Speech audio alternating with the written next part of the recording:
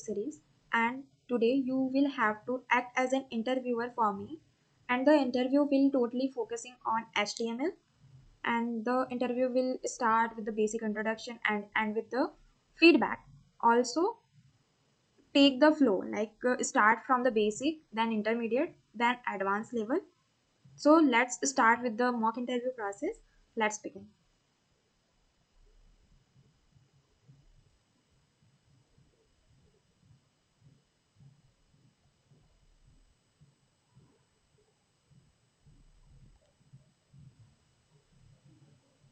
Please introduce yourself and explain your experience with HTML. Sure. So my name is Anjali Daharwal. I'm a final year Bachelor's of Science student with a strong interest in software development and problem solving. I am currently working as an IT intern, and I have over 6 months of technical internship experience across two companies where I worked on real world projects, including the tech stack like MERN. And coming to my projects, I have built a mock interview platform where user can register, take interview, and get feedback at last. The project is built using Next.js WAPI agent for the real-time voice processing, and also it has used the Google Gemini API. In my next project, which is a project where the user can come and upload a PDF and generate MCQ types questions along with the answer. The problem is like the educator faces a lot of problem while extracting or making a question paper. So this project makes the process easier for them. This project is built using Python and Flask, and I have used Google Gemini API for the response.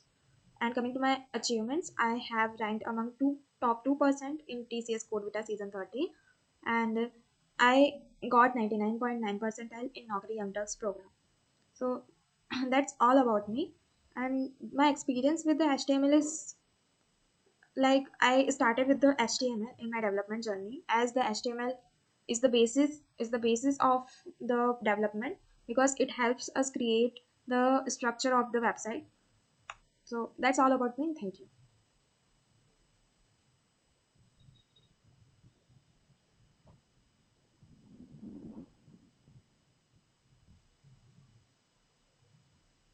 Good, Anjali. That was a confident introduction. Nice structure. Education, right pointing arrow, experience, right pointing arrow, projects, right pointing arrow, achievements, right pointing arrow, skills.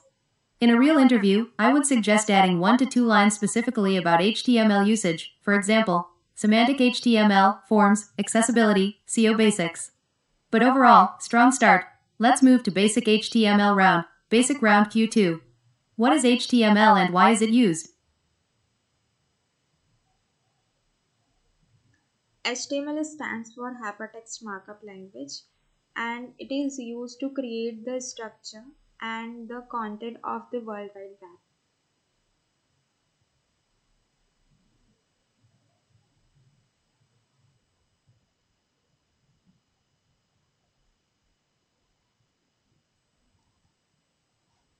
Good, correct, concise. In an interview, you can make it slightly stronger by adding how it works and why it matters. Example of a strong version, HTML, Hypertext Markup Language, is the standard markup language used to create the structure of web pages. It defines elements like headings, paragraphs, links, images, and forms. Browsers read HTML and render it into visual web pages. It is important because it forms the backbone of every website, working together with CSS for styling and JavaScript for interactivity. You don't have to say this long, but adding browser renders it, plus works with CSS and JS, makes you sound more complete. Q3. What is the basic structure of an HTML document? Explain each main part.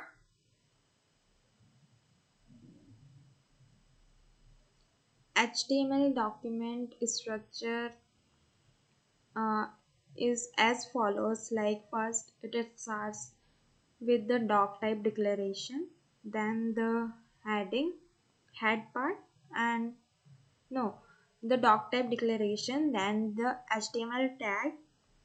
The doc type declaration specifies that the HTML5 version is being used, and it helps browser to render the page correctly. Head the HTML tag defines that the content or the page is of HTML, and then the head includes the header, things like the title, the description of the web page. Also, it helps in the SEO optimization, and then the body, the main content of the page, where we want to render all the content or the images we want to render on our website.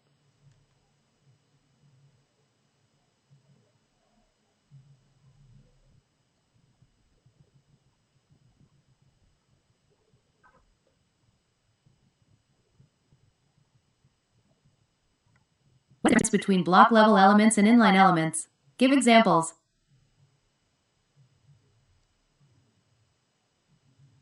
Block level elements are those elements which starts with a new line and takes full width, just like div and uh, headings. Also, mm, div headings, um, video, not videos, etc. And the inline elements which doesn't start with the new line and doesn't take full weights. It only takes the necessary width which is required. The inline elements examples are like images and the span tag, etc.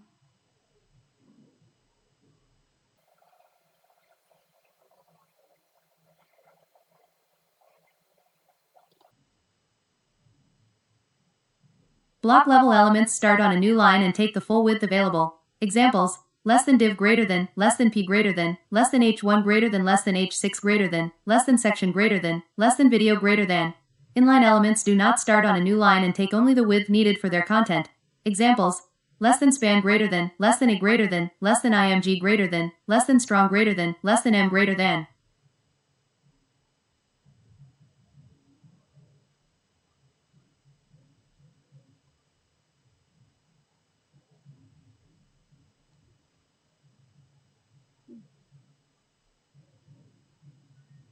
Bonus interview point: if you add this right pointing arrow, very strong block and inline behavior can be changed using CSS display property. Example: display, block display, inline block.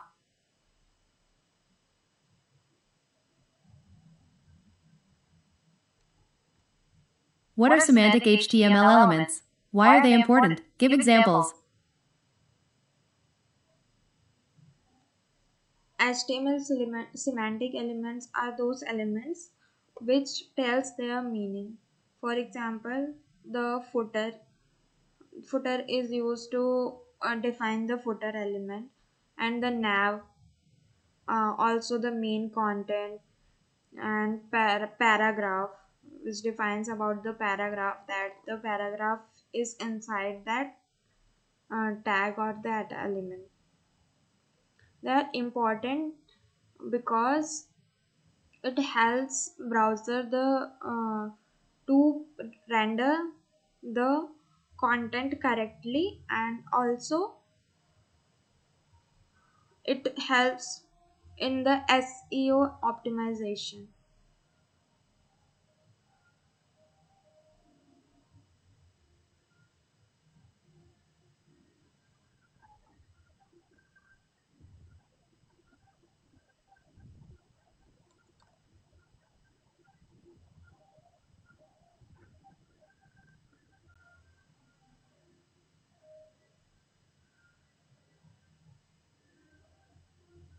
Nice, you're on the right track again. Concept is correct, just need to shift focus slightly to what interviewers expect: accessibility plus structure plus SEO, not browser rendering correctly. What you did well. Correct definition: right pointing arrow elements that describe meaning. Good examples: right pointing arrow footer, nav, main, p mentioned, SEO, right pointing arrow. Good interview point. Where to improve: instead of saying helps browser render correctly, Better say, improves accessibility, screen readers, improves SEO, makes code more readable and maintainable.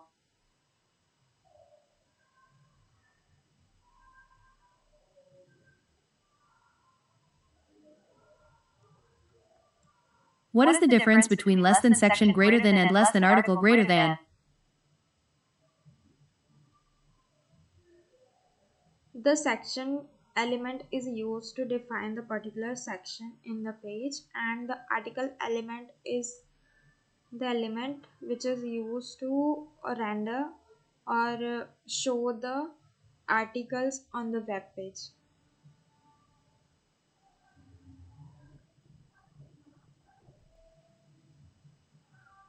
For example, the news article and the blog section.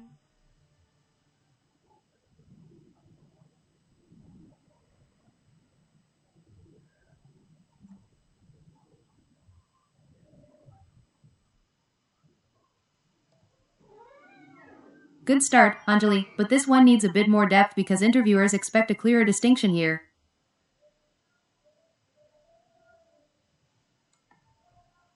What you got right section right pointing arrow grouping part of page checkmark article right pointing arrow independent content like news blog checkmark.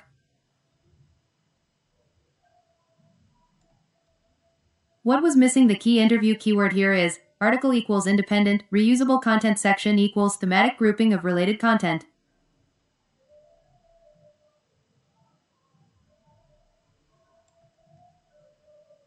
Strong interview answer, ideal version, less than section greater than is used to group related content under a common theme. Example, sections inside a web page like features section, contact section, about section. Less than article greater than is used for independent, self-contained content that can be reused or distributed separately. Example, blog post, news article, forum post, product review.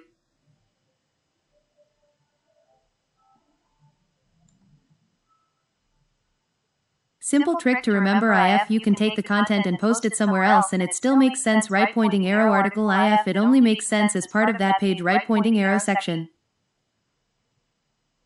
If you can take the content and post it somewhere else and it still makes sense, that means that is article. And if it only makes sense as a part of that page only, that means it is a section.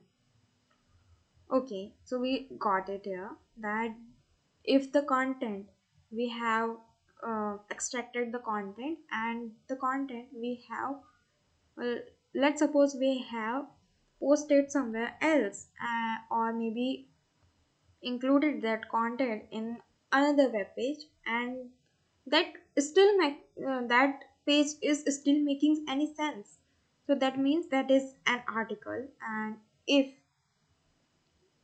the section which only makes sense in that particular page is a section.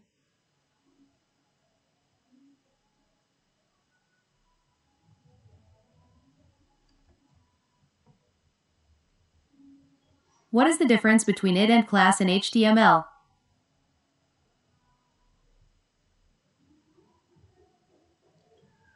ID is unique in the HTML page, and it is accessed via dot id name, and the class can be duplicate, and the class is and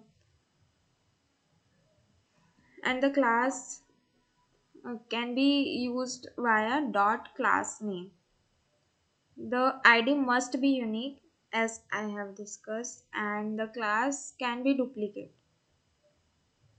If the id will be duplicate in the same web page of the HTML, the HTML will still work and that will not break the page render, but it will create a problem in the future if we want to uh, debug the code, or maybe if we want to see that the which HTML element we're accessing.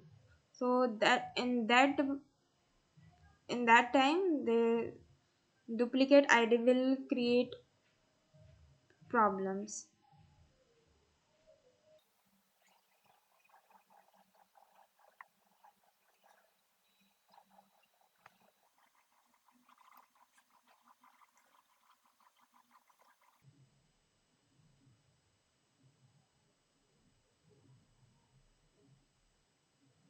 What is the difference between local storage, session storage, and cookies? Think storage size, expiry, where used, server, client behavior.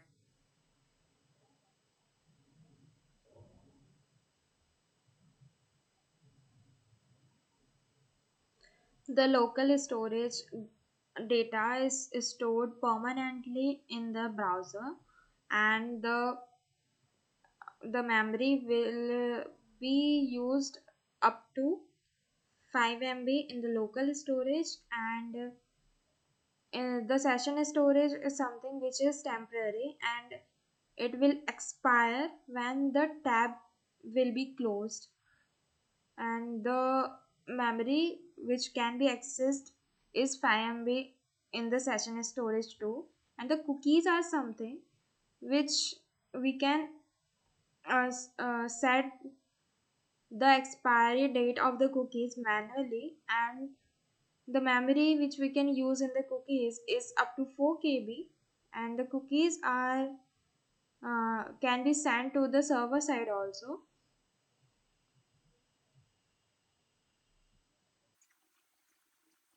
Okay, so let's wrap this session up, and please provide a feedback on the basis of our conversation and on the basis of this mock interview. Please be honest with me and give me suggestions in which area where I should focus on and improve myself.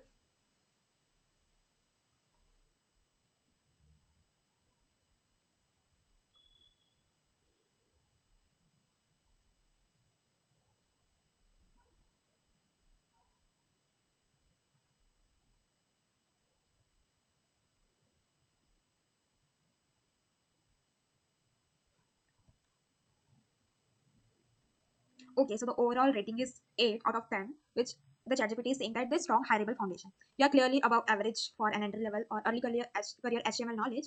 You understood the concept. You are not just memorizing definition. That is a big plus. If this was a real interview, you would likely clear the HTML round, but maybe not get a wow rating. More like a strong and reliable candidate. Okay, we will improve by the time. Concept clarity, you understand the structure of HTML documents, semantic elements, strong mechanism, etc.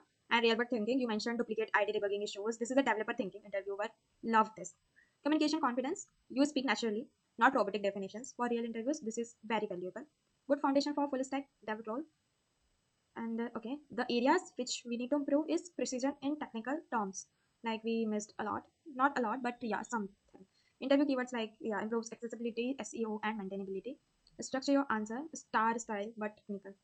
First is definition, then characteristics, then example, then use cases. We will keep this in our mind and we'll follow in the next interview round.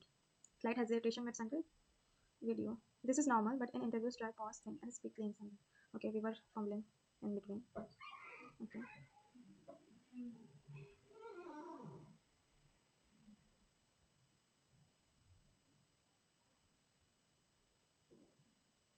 Okay, so that was overall a good interview. I can say that as an early career entry level position, this is fine, and you can get hired with the answers. I know the answer structure should be improved.